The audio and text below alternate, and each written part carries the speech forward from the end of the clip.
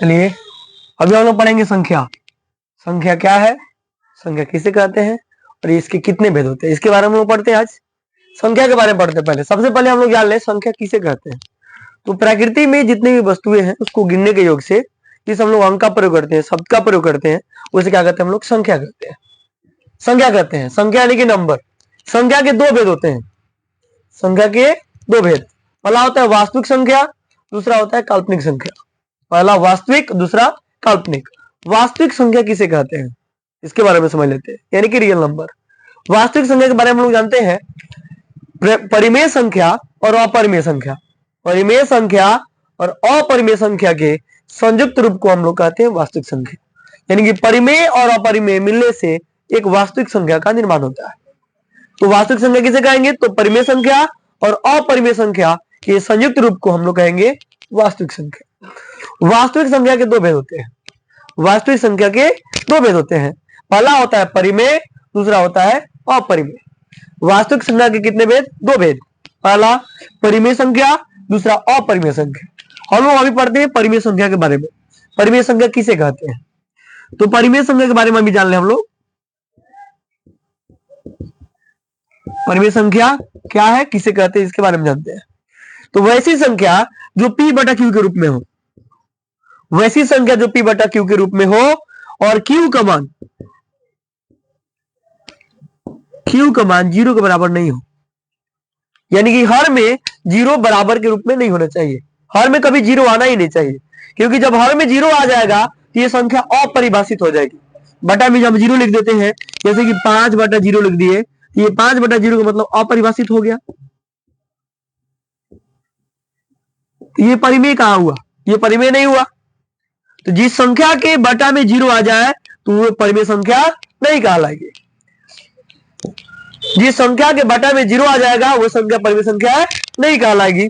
तो बटा में जीरो नहीं होनी चाहिए, 5 बटा 7 हो जाए, 8 बटा 9 हो जाए, कोई बात नहीं, लेकिन बटा में जीरो आया तो वह अपरिभाषित होगी, यानी कि परिमेय नहीं होगी। दूसरा परिभाषा इसी का है, परिमेय में थोड़ा सा और जोड़ देते हैं हम लोग, जोड़ते नहीं, ऐसा है ही। परिमेय संख्या क्या होता है, p बटा q के रूप में हो, जहां q का मान जीरो के बराबर नहीं हो, तथा जिसका पूर्ण रूप से वर्गमूल निकल जाए, जिसका वर्गमूल भी पूर्ण रूप से निकल जाए। जैसे कि √16 एक परिमेय संख्या है, क्योंकि इसका पूर्ण रूप से वर्गमूल प्राप्त हो जाएगा। जैसे कि √16 का वर्गमूल 4, √9 का वर्गमूल √3। अब इसी को कह दे √16 बटा √9, √16 बटा √9 एक कौन संख्या है, तो ये एक परिमेय संख्या है, क्योंकि 16 का वर्गमूल 4 और 9 का वर्गमूल 3, एक परिमेय संख्या कहलाएगा। लेकिन इसी की जगह पर अगर लिख दे √7 बटा 5, तो यह एक अपरिमेय संख्या होगा, क्योंकि √7 का वर्गमूल नहीं ज्ञात होगा। √7 का वर्गमूल नहीं निकलेगा पूर्ण रूप से, इसलिए यह एक अपरिमेय संख्या होगा। √7 का वर्गमूल निकलेगा लेकिन पूर्ण रूप से नहीं निकल पाएगा, इसलिए √7 बटा √5 एक परिमेय संख्या नहीं है, यानी कि यह अपरिमेय है। तो हम कह सकते हैं जिस संख्या का वर्गमूल पूर्ण रूप से प्राप्त हो जाए और जो p बटा q के रूप में हो, जहां q का मान 0 के बराबर नहीं हो, उसे क्या कहते हैं, परिमेय संख्या कहते हैं। समझ में आया। अभी हम लोग पढ़ेंगे अपरिमेय संख्या। अपरिमेय संख्या किसे कहते हैं, तो वैसी संख्या जो p बटा q के रूप में हो भी सकता है, नहीं भी हो सकता है, जिसका पूर्ण रूप से वर्गमूल नहीं प्राप्त हो। p बटा q के रूप में हो भी सकता है, जैसे यहाँ पर √7 बटा 5 ये p बटा q के रूप में है कि नहीं है, तो हम कहेंगे ये परिमेय है, नहीं, क्योंकि यहाँ पर रूट का वर्गमूल नहीं निकलने वाला पूर्ण रूप से। √7 का वर्गमूल निकलने वाला है नहीं, यह एक अपरिमेय संख्या हो जाएगा। अगर इसका वर्गमूल निकल जाता तो यह एक परिमेय होता, इसका वर्गमूल नहीं निकल रहा है तो यह एक अपरिमेय संख्या है। जैसा कि √5 का है, √3 का है, √2 का है, ये सभी एक अपरिमेय संख्या है। तो जिसका वर्गमूल प्राप्त हो जाए वह परिमेय, जिसका वर्गमूल प्राप्त नहीं हो अपरिमेय कहलाएगा। तो अभी हम लोग पढ़े हैं अपरिमेय संख्या। अब पढ़ते हैं परिमेय के भेद। तो परिमेय के दो भेद होते हैं, पूर्णांक संख्या और भिन्न संख्या। तो पूर्णांक और भिन्न पढ़ने से पहले हम लोग पढ़ ले प्राकृत संख्या के बारे में। प्राकृत संख्या पढ़ लेते हैं, प्राकृत संख्या पढ़ लेते हैं, उसके बाद हम लोग पढ़ेंगे पूर्ण संख्या, तब पढ़ेंगे हम लोग पूर्णांक संख्या। तभी पढ़ते हैं प्राकृत संख्या। वैसी संख्या जो 1 से शुरू होती है, एक से शुरू होने वाली संख्या को एक से शुरू होने वाली संख्या है वही संख्या जो कहां शुरू होती है, एक से। यानी हम कह सकते हैं कि गिनती की संख्या को हम लोग प्राकृत संख्या कहते हैं। गिनती की सभी संख्याएं प्राकृत संख्या कहलाती है, जैसा कि 1 2 3 डॉट डॉट अनंत तक। एक से लेकर अनंत तक की संख्या क्या कहलाएगी, प्राकृत संख्या। गिनती की सभी संख्या को हम लोग प्राकृत संख्या कहते हैं। सबसे छोटी प्राकृत संख्या पूछा जाए तो सबसे छोटी प्राकृत संख्या 1 होती है, और सबसे बड़ी पूछा जाए तो सबसे बड़ी प्राकृत संख्या होती ही नहीं। अनंत तक जा सकते हैं हम लोग, तो सबसे बड़ी प्राकृत संख्या कहा जाए तो नहीं हो सकती है, और कहे तो अनंत। 1 से लेकर अनंत तक के बीच की संख्या को प्राकृत संख्या कहते हैं। अभी हम पढ़ेंगे पूर्ण संख्या। पूर्ण संख्या किसे कहते हैं, इसके बारे में हम लोग पढ़ते हैं। अभी पूर्ण संख्या क्या है, किसे कहते हैं, समझेंगे। तो 0 से शुरू होने वाली संख्या, 0 से शुरू होने वाली संख्या को हम लोग पूर्ण संख्या कहते हैं। कहे तो प्राकृत संख्या में शून्य मिलाने पर, प्राकृत संख्या में शून्य मिलाने पर जो संख्या प्राप्त होता है उसे हम लोग क्या कहते हैं, पूर्णांक संख्या, पूर्ण संख्या कहते हैं।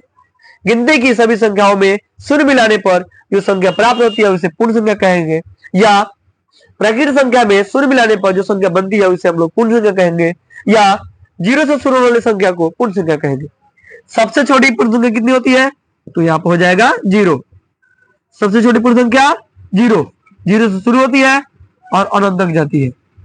यानी कि 0 से शुरू करके अनंत तक की सभी बीच की सभी संख्याओं को प्राकृत पूर्ण संख्या कहेंगे। 0 से शुरू होगा अनंत तक जाएगा, ये कहलाएगा पूर्ण। 1 से शुरू होगा अनंत तक जाएगा, प्राकृत कहलाएगा। अब हम लोग पढ़ते हैं पूर्णांक संख्या।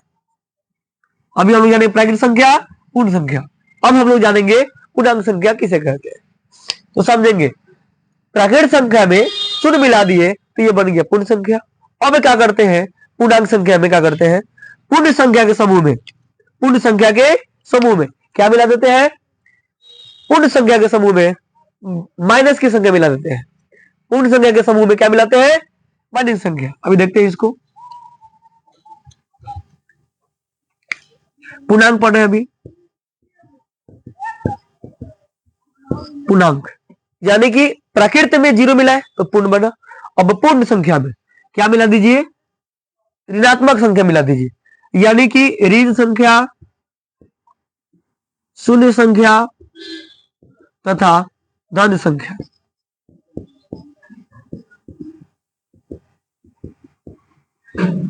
ऋण संख्या, शून्य संख्या तथा धन संख्याओं के समुच्चय को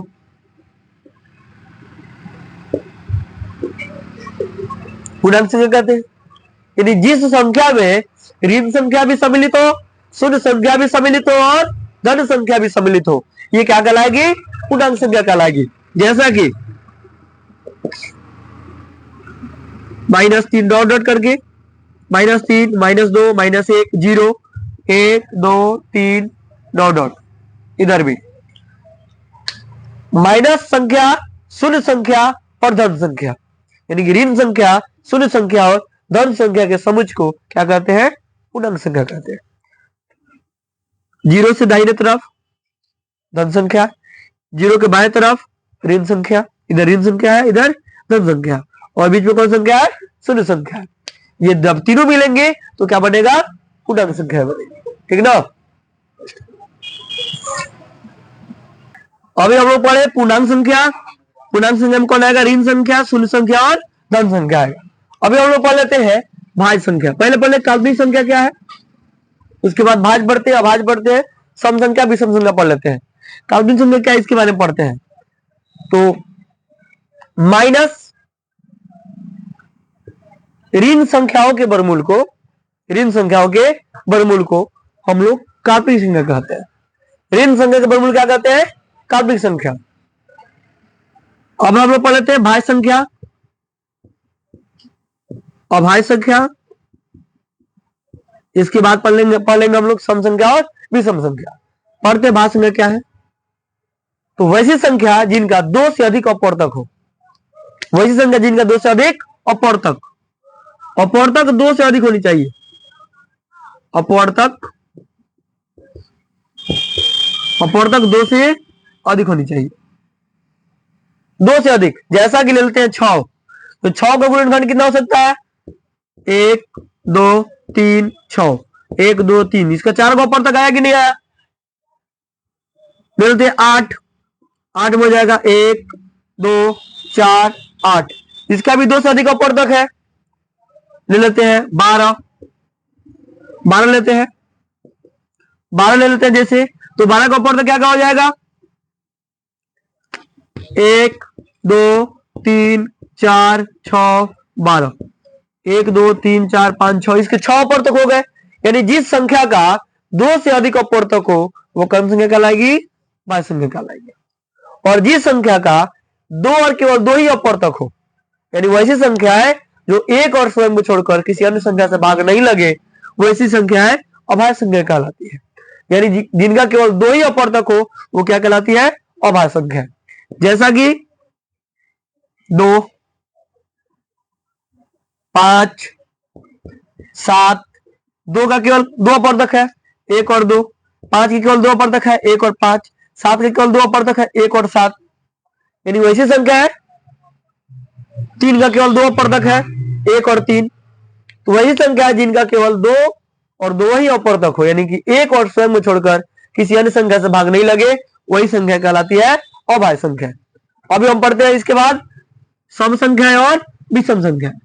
सम संख्या बारे में जान लेते हैं, सम संख्या क्या है और विषम संख्या क्या है, इसके बारे में पढ़ते हैं हम लोग। सम संख्या तो वैसी संख्या जिसमें 2 से पूरी तरह भाग लग जाए, वैसी संख्या जिसमें 2 से पूरी तरह भाग लग जाए उसे क्या कहते हैं? सम संख्या कहते हैं। वो और वैसी संख्या जिसमें 2 से पूरी तरह भाग नहीं लगे उसे कहते हैं विषम संख्या। जैसे इसमें रहते 4 6 20 50 200 500 1000, जिसमें 2 से पूरा भाग लग जाए सम संख्या, जिसमें 2 से पूरा भाग नहीं लगे उसे कहते हैं विषम संख्या।